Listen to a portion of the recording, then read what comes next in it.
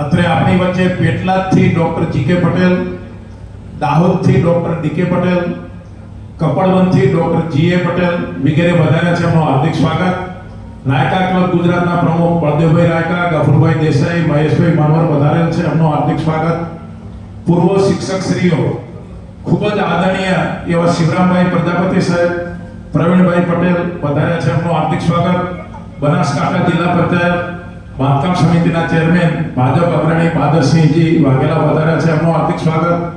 નરેશભાઈ શેઠ અને પ્રગતિ અભિવાદન ગ્રુપના લલિતભાઈ દોશી પણ વધાર્યા છે. રાજુભાઈ વકીલ વગેરે એમનું પણ હાર્દિક સ્વાગત. આપણે કાર્યક્રમમાં આગળ વધીએ. આપણી વચ્ચે આદર્શ ઇંગ્લિશ મીડિયમ સ્કૂલના ભૂમિદાતા અને આદર્શ સ્કૂલના ભૂતપૂર્વ વિદ્યાર્થીની એવા શ્રીમતી શિલીનબેન અદાણી આપણી વચ્ચે પધાર્યા છે. એમને આદરપૂર્વક વિનંતી કરો તેઓ પ્રસંગોચિત એમનું ઉદ્બોધન કરે.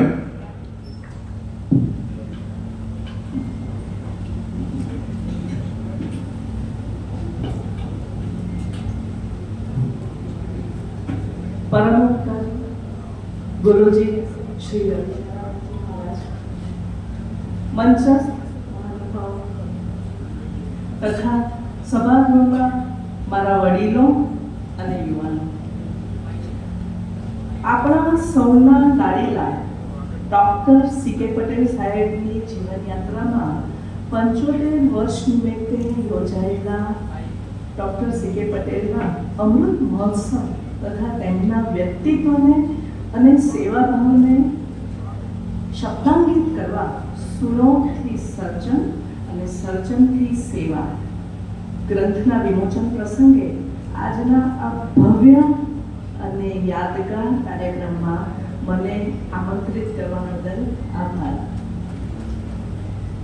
આજે આપ સૌને એક વિનંતી છે કે મને આજે ડીસાની દીકરી તરીકે સ્વીકારજો.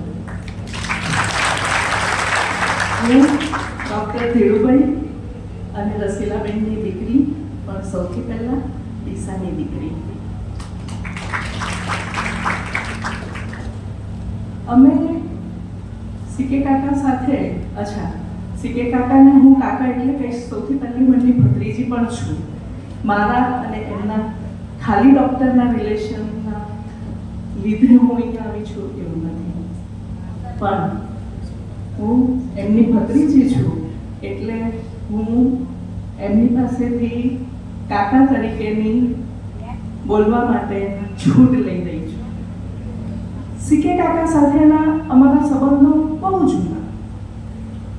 અમે એમની આનંદ હોસ્પિટલની અને એમના ઘરની બાજુમાં જ રહેતા હતા.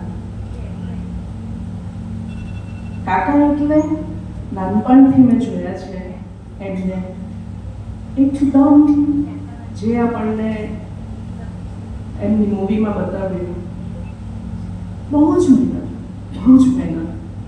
અને એમનો દીકરો આનંદ દોડે, ઉપર ચડે, નીચે આવે, પણ એ એમના કામમાં એમણે ક્યારેય કોઈને કહીને ક્યારેય સમજાવ્યું નથી.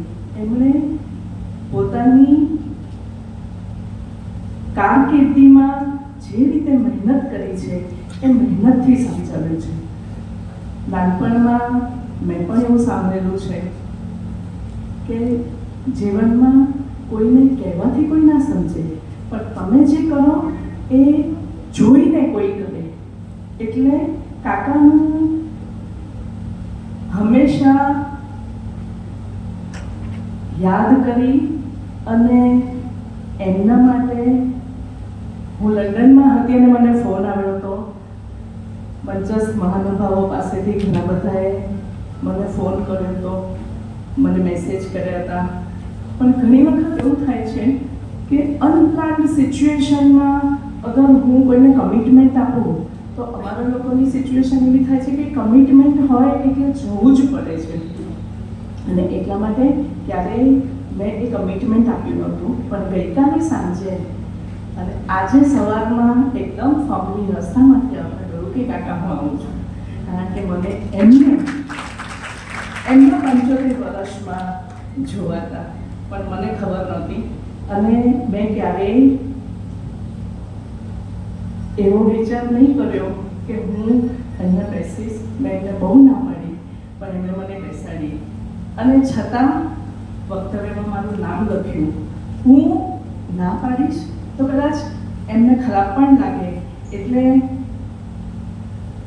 હમણાં જ મંચ પરથી બેઠા બેઠા મેં ખાલી એમના માટે 2 શબ્દો લખ્યા છે, તમારી સામે રજૂ કરું છું.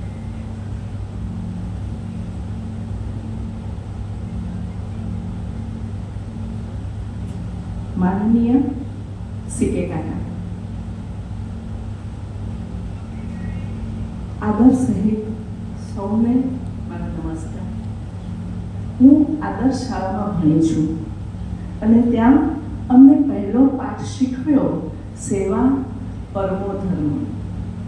સેવા જ સૌથી મોટો ધર્મ છે. આજે એ જ પાઠને શબ્દોમાં ઉતારવાનો મને મોકો મળ્યો છે, એ મારું સૌભાગ્ય છે. સીકે કાકા, તમે મને જીવનની 2 સૌથી મોટી ગિફ્ટ આપી છે. તમે મારા બંને બાળકોને આ દુનિયામાં સુરક્ષિત રીતે લાવ્યા. મારી પહેલી બંને ડિલિવરી એ અહીંયા જ થયેલી અને જે માયાબેને કહ્યું કે નારાયણભાઈનો દીકરો ડૉક્ટર બનીને લંડન ગયો, મને એવું લાગે છે કે ક્યાંક એમના હાથમાં પારસ મળી છે. કારણ કે એમનો દીકરો લંડન ગયો, મારો દીકરો અત્યારે લંડનમાંથી સ્પીચ આપી રહ્યો હતો અને અત્યારે અદાની પાવર સંભાળે છે.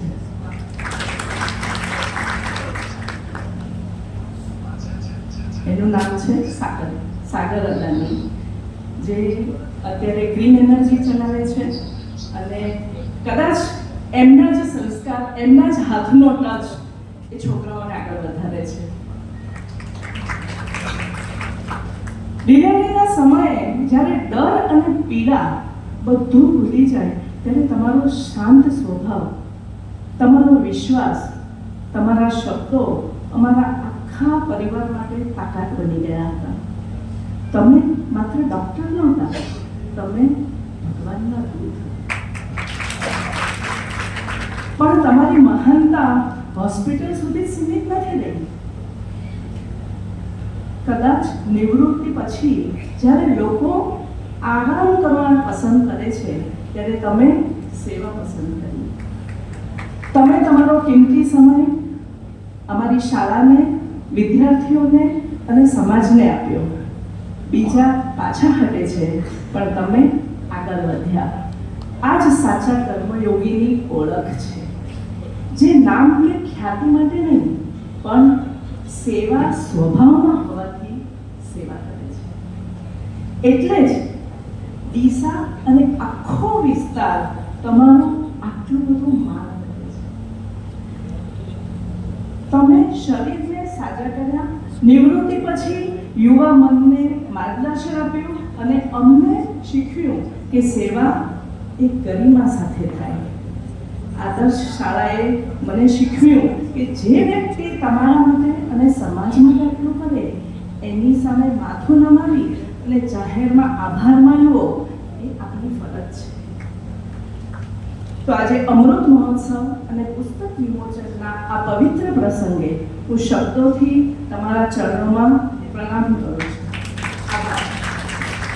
જેટલા જીવ તમે બચાવ્યા છે, જેટલા બાળકોને તમે જન્મ આપ્યો છે અને નિવૃત્તિ પછી જેટલા વિદ્યાર્થીઓને તમે માર્ગદર્શન આપ્યું છે, એના બદલામાં ઈશ્વર તમને 100 ગણું આરોગ્ય, માન અને સુખ આપે એવી પ્રાર્થના ફરી એકવાર કરી.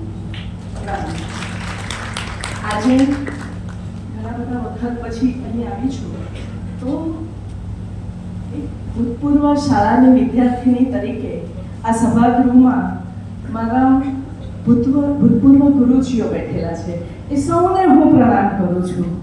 શ્રી રેવાભાઈ પટેલ, શ્રી ગોવરભાઈ શુક્લ, શ્રી અમથાભાઈ દેસાઈ, શ્રી ગોપાલભાઈ પટેલ, શ્રી કનુભાઈ દવે, શ્રી ચંદ્રકાંતભાઈ બારોટ, શ્રી મફતભાઈ પ્રજાપતિ, શ્રી હસુમતીબેન પ્રજાપતિ, બધા મારા દિલમાં વસે છે અને ક્યારે હું એ લોકોને નહીં ભૂલી શકું. અને આજે પણ હું કહું છું, હું એક ડીસાની દીકરી છું. મને સંસ્કાર મંડળમાંથી જે સંસ્કાર આપવામાં આવ્યા છે, મારું ઘડતર અહીંયા થયું છે, મારું ભણતર અહીંયા થયું છે, અને ઘડતર અને ભણતરમાંથી હું જે શીખીને ત્યાં ગઈ છું. આપ લોકો જાણો છો કે અદાણી ફેમિલીમાં અમારી પાસે પણ એ જ સંસ્કાર છે, અને કોઈને પણ એમને નહીં જ બેસી રહેવાનું એવું અમારા ત્યાં આગળ લખ્યું એક સેન્ટેન્સ હોય છે. એટલે આજે ઘરના બધા જ સભ્યો ક્યાંક ને ક્યાંક કામ કરે છે. હું અદાણી ફાઉન્ડેશનમાં કામ કરું છું. આજે કદાચ હું મારા માટે કહીશ તો એ આત્મશ્લાઘા કહેવાશે, પણ હું એટલા માટે કહું છું કે ક્યારે પણ કોઈકને કંઈ પણ જરૂર પડે તો હું જે સંભાળું છું એમાં હું તમને લોકોને કેવી રીતે મદદરૂપ થઈ શકું, એ આજે પણ હું મદદરૂપ થવા માટે તૈયાર છું. અમે અદાણી વિદ્યા મંદિર ચલાવીએ છીએ 4, જે પૂરા પેન ઇન્ડિયામાં ફ્રી એજ્યુકેશન છે. જેમના પેરેન્ટ્સ 1.5 લાખથી ઓછી આવક વર્ષની હોય એ લોકોના છોકરાઓને અમે એડમિશન આપતા હોઈએ છીએ. અને આજે અદાણી વિદ્યા મંદિર અમદાવાદમાંથી 7 IITians છે, 30 ડૉક્ટર્સ છે, 200 એન્જિનિયર્સ છે, સાયન્ટિસ્ટ છે, અને પાયલોટ્સ છે. સો મેની પીપલ એ લોકો દેશની સેવા માટે બહુ મજબૂત કામ કરી રહ્યા છે. અને અમે હંમેશા આ બધી જ વસ્તુઓ, એટલે અમે સ્કૂલમાંથી છોકરાઓને વેલ્યુની સાથેનું સર્જન કરાવીએ છીએ, અને એ સર્જનની સાથે અમે એ લોકોને દેશની સેવા કરવા માટે મજબૂત કરતા હોઈએ છીએ. સો એ સિવાય એક અમારું ઉડાન કરીને પ્રોજેક્ટ છે, જે પ્રોજેક્ટમાં પૂરા ઇન્ડિયાના દરેક જગ્યાએથી અમે શાળાના બાળકોને 8th સ્ટાન્ડર્ડથી કોલેજ સુધીના દરેક બાળકોને અમે અમારા board, we have 7 boards, so many power boards, power projects, airports, એ બધું જ જોવા માટે અમે લઈ જતા હોઈએ છીએ. જેના લીધે ટેકનિકલ છોકરાઓ સમજે, શીખે, એ લોકો જોઈને ડ્રીમ કરે, જેના લીધે આપણા દેશમાં આવા હજારો ગૌતમ અદાણી બને. અને એટલા માટે અમે એ પ્રોજેક્ટ ચલાવીએ છીએ જે ફ્રી છે. ડીસાથી કોઈ પણ છોકરાઓને મુન્દ્રા પોર્ટ જોવું હોય, એરપોર્ટ જોવું હોય, ગમે તે વસ્તુમાં અમે ગમે ત્યારે સહકાર આપવા માટે તૈયાર છીએ. અમે બોમ્બેની BMC સ્કૂલ્સમાંથી, BMCની ગવર્મેન્ટની 1205 સ્કૂલોમાં ઉત્થાનનો પ્રોજેક્ટ ચલાવીએ છીએ. ગવર્મેન્ટની સ્કૂલોમાં એ લોકો બોમ્બેના ગવર્મેન્ટમાંથી અમને ઇન્વિટેશન હોય છે કે તમે અમારા છોકરાઓને 8th સ્ટાન્ડર્ડથી એ લોકોને આગળ વધવા માટે તમે એ લોકોને ભણાવો, અને એ લોકોને અમે રિઝલ્ટ 100% આપીએ છીએ. એટલે અને આપ લોકો તો જાણો છો કે જેમ મંચસ્થ મહાનુભાવોએ કહ્યું કે ક્યાંય શિક્ષણ વગર કોઈ જ આગળ વધી શકતું નથી. સમજ અને ઘડતર એ પણ એટલું જ જરૂરી બને છે. અને એટલા માટે ક્યાંય પણ કોઈને પણ જરૂરિયાત ગમે તે પ્રોજેક્ટમાં હોય, we are very happy to serve. Thank you so much. વંદે. ધન્યવાદ. મહેસાણાથી doctor R.K. Patel, doctor Kiritbhai Patel, doctor Y.T. Patel પધારેલ છે, એમનું હાર્દિક સ્વાગત. બનાસકાંઠા જિલ્લા ટેક્સ એડવોકેટ એસોસિએશનના પ્રમુખ વકીલ શ્રી રમેશભાઈ કતરાણી પધારેલ છે. સાંઈ બાબા ટ્રસ્ટના પ્રમુખ સતીશભાઈ પંચાલ, આપણા સંસ્થાના આદરણીય વડીલ હેમચંદ કાકા પંચાલ, શ્રી જગસીભાઈ પુનડિયા ડીસાવલ રોહિત સમાજ શૈક્ષણિક ટ્રસ્ટના પ્રમુખ શ્રી પધાર્યા છે. શ્રી શૈક્ષણિક જગતના શ્રી અશ્વિનભાઈ પરમાર પધારેલ છે. શ્રી સુહાસભાઈ પટેલ, પ્રકાશભાઈ ઠક્કર, કેમિસ્ટ એસોસિએશનમાંથી સૌનું હાર્દિક સ્વાગત. અને હવે આપણે કાર્યક્રમમાં આગળ વધીએ. આપણી વચ્ચે ડૉક્ટર C.K. પટેલ સાહેબના પરમ મિત્ર અને મહેસાણાના સંસદ સભ્ય શ્રી હરિભાઈ પટેલ પધારેલ છે. એમને આદરપૂર્વક વિનંતી કરું પ્રસંગોચિત ઉદ્બોધન કરે માનનીય હરિભાઈ પટેલ. ડોક્ટર આઈપી પટેલ કુકરવાડાથી પધાર્યા છે, એમનું પણ હાર્દિક સ્વાગત.